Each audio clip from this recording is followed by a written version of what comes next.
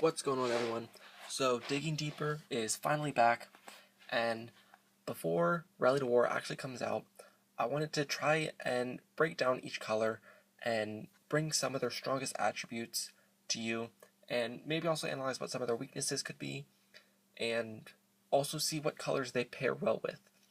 So hopefully this will give you an idea of what kind of colors you want to play when this comes out, if you aren't sure already, and also just gives you an overview of what each color kind of does if you haven't really been paying attention.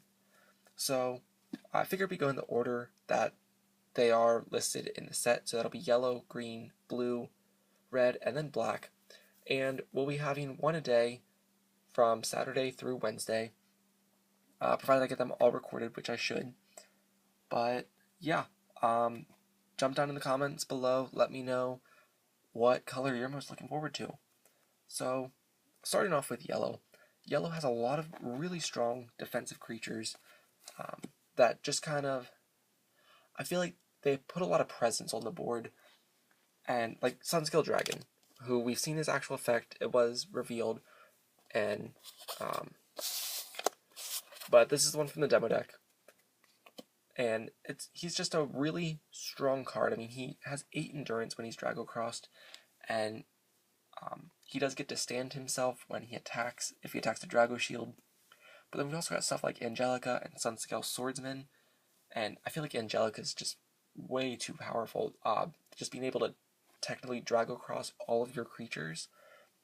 And Sunscale Swordsman is also really powerful because he can stand himself whenever you draw a card, and in yellow that is pretty frequently.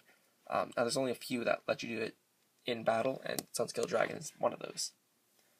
And the thing about having all these large defensive creatures is that red has a really tough time with them, because red deals damage to creatures rather than black, which just destroys them. So, along with these large creatures that they have, there are also some smaller ones that we see which put a lot of pressure onto your opponent, such as Logros Swiftblade. This is one that everyone should be familiar with. It gets over all the smaller creatures that your opponents play with 1x or 0x in the case of Expedition Merfolk and Guardian of the Forest, I believe is his name. But yeah, this is one of those really good cards, especially early on, and for only being a 2-drop, I mean, that's pretty awesome. And we've also got stuff like Stoneskin Charger, who he can't block, but then he also must be blocked if he's Drago Crossed with the yellow dice. So mono yellow is going to be really strong because we've also got Teriel and Darion and Axion and all these really good cards. Sorry, I was trying to use actual cards, so I'm not on my phone right now, and I don't actually have images of these cards to show you. But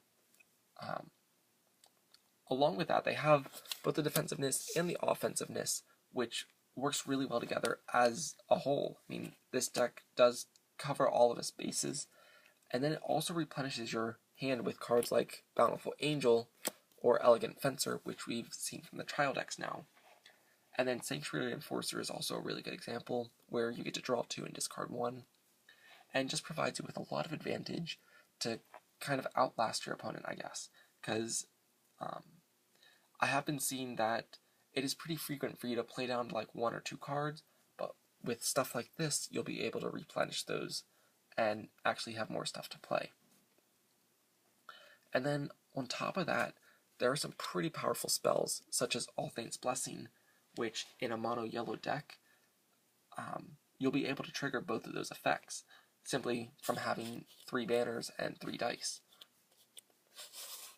And then one of the more recent reveals was Replenish the Ranks, which you get to play for free if you roll a 6. So having mono yellow means 3 yellow dice, which means a higher probability of rolling a 6 on one of those. So that card is going to be really amazing. I mean, a free draw 3 is huge, if provided you have a 1 and a 6. But one of the things that I feel like yellow lacks in is its lack of removal. Yeah, it has all these defenders, but if they don't have very high attack, your opponent's going to keep their creatures on board. So I think black is a really good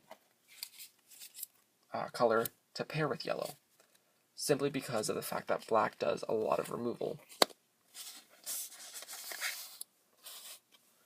And we don't have a lot of stuff right now for black, but we do have Death Trap, and we have Death and Decay, and a Gluttony of Albert, really good one. I don't know how I forgot that one. But yeah, those are all really good ones, as well as Adra's Disdain, which is good in the endgame.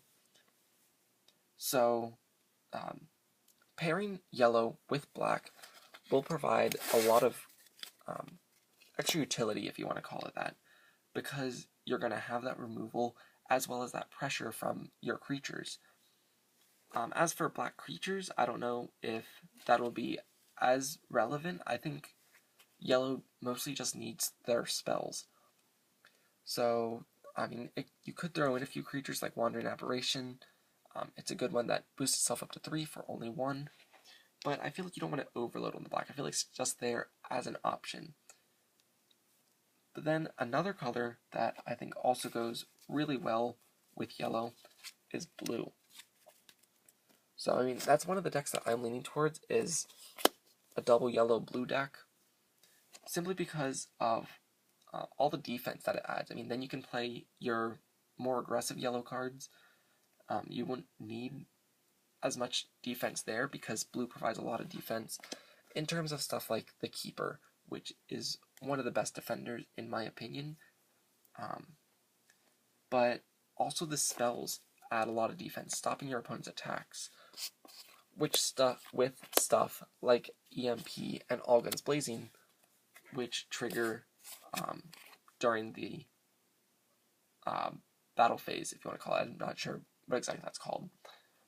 But yeah, those two are powerful spells. Now we do have Dragon's Presence as a yellow ambush in Rally to War, but I feel like it's not as good as EMP because it doesn't rest them. It's just those creatures can't attack, where EMP rests them, which means they can't block on the following turn either, which is really good.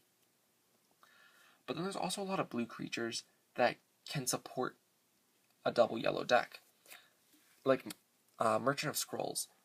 This is one card that's, while it's drag across yellow and you ditch a spell, you can draw 2 cards. So that it's back on that recycling, like Sanctuary Enforcer. You're drawing 2 cards, discarding 1. That's essentially what Merchant of Scrolls is, but in the opposite order. And another blue creature that would go great is Dranth Tomar. So he gets to change one of your values to 6, so you could set yourself up to play that Replenish for ranks turn 1 if you have him and you're going second. And he can change your yellow dice to a 6 if your opponent has a 6, or if you rolled a blue 6, he can swap that as well. But then it's also useful if you swap for a 5 when he comes out, and then blue Drago across him to boost all of your dice by 1, bumping that yellow 5 up to a 6, letting you play Replenish the ranks. So overall, I think yellow, blue is one of the better options early on. I mean, there's definitely a lot of versatility in these colors, and I didn't mention this at the beginning of the video, but I'm going to try not to repeat myself in any of the following videos, so I'm probably not going to be mentioning yellow when I talk about blue, simply to keep it this information in this video. But yeah, thank you guys for watching. Be sure to leave a like, comment, subscribe, and be sure to come back tomorrow to watch when we talk about the green deck and what that offers to this game. And be sure to follow me on Twitter. Link is down in the description below. You'll get notified when I post a video. And as always, thanks for watching.